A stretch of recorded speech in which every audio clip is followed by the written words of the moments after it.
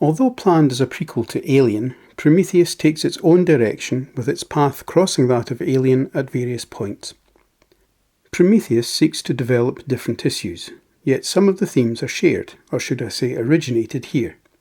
Corporate funding and interests conflicting with science and humanity, expendable crew members whose main motivation is making money, and the presence of a tetchy android, possibly with his own agenda, who is treated with disrespect by a largely insensitive crew. Here, however, the focus is on investigating the mystery of man's origins through the scientist Elizabeth Shaw, who desperately wishes to slake her thirst for knowledge, combined with the android David, who, not unlike Ash in Alien, apparently represents a scientific desire for knowledge, though Ash was corrupted by potential commercial applications, and is willing to use humans as a means of experimentation to further his own understanding and satisfy his curiosity. While there is suspense, danger and mystery, we are being led in a different direction from that of Alien. Here, we are seeking our makers, and the whole question of expectation and reality is what is being explored. Alien was dramatically complex, but thematically relatively straightforward. Survival in a universe corrupted by greed in the face of a pure and lethal enemy. In Prometheus, we are seeking answers to age-old questions about our origins, and doubt is cast on the necessarily godlike status of our creators. Thematically much more complex and challenging. When scientist Holloway discovers his engineers, the creators of mankind he has travelled a vast distance to meet, are dead and gone, he becomes depressed. Not just because he can no longer fulfill his dream to communicate with them, but also because he realises how similar they were to us, suggesting that mankind is little more than an experiment, while he had presumably hoped to encounter a superior race willing and able to supply answers, but also, and perhaps more importantly, purpose. In drunken despair, Holloway treats the android David almost with contempt, inviting his thoughts if he were to discover that he had been built simply because we could, which is of course exactly David's situation. Ironically, Holloway now finds himself in the same position as David, whom he considers less worthy than humans because he was manufactured by man. Yet he appears to expect David to willingly accept his position of inferiority, something Holloway finds hard to accept for himself.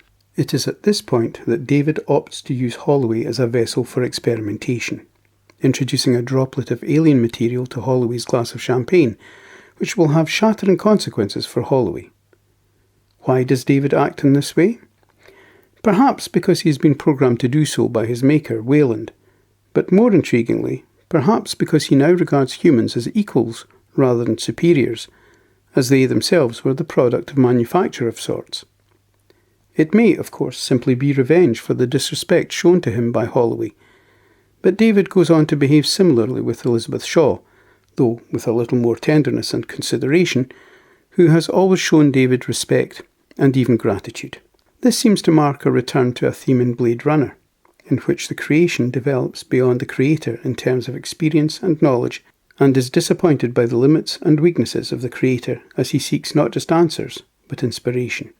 At the end of the film, David and Shaw form a mutually beneficial alliance to help one another survive. Both have lost the basis of their civilization or order. Maybe just helping one another is seen as a perfectly good foundation for order when previous authority has been dismissed.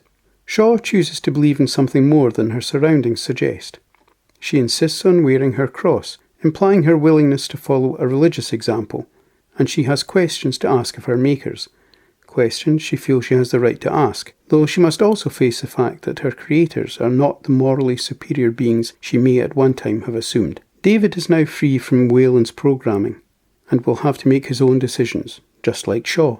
However, also like Shaw, David has adopted a role model. He has adopted Lawrence of Arabia as his model, styling himself after Peter O'Toole in the 1962 film. It is interesting that both opt for intangible models a level up from their own perceived existence.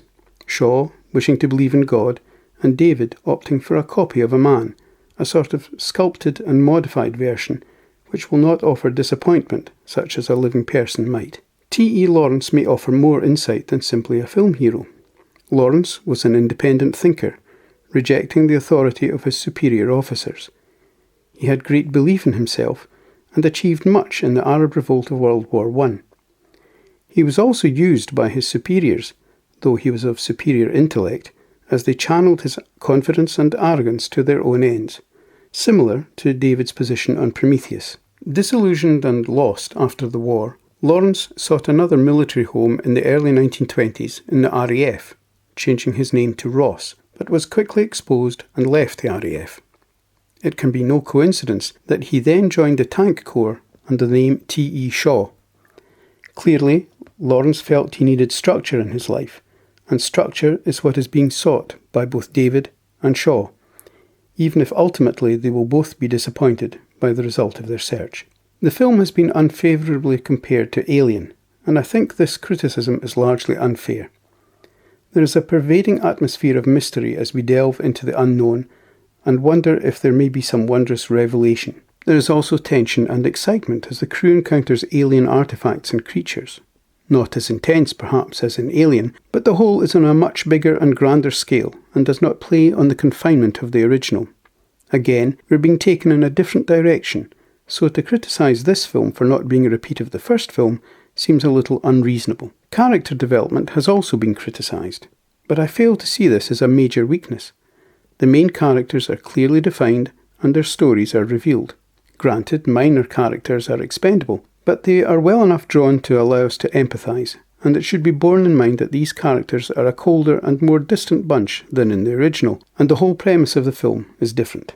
For myself, I felt the film delivered thrills and thought, and as such it fits perfectly into the science fiction mould. A final point which may shed light on the themes of the film is that Prometheus is a figure, a titan, from Greek mythology, who was punished by the gods for creating man and then supplying him with fire, allowing progress and civilization.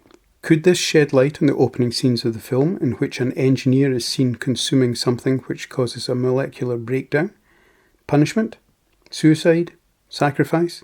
Hopefully some of our questions will be answered in Prometheus 2, announced in August 2012. My thanks for taking the time to watch this video.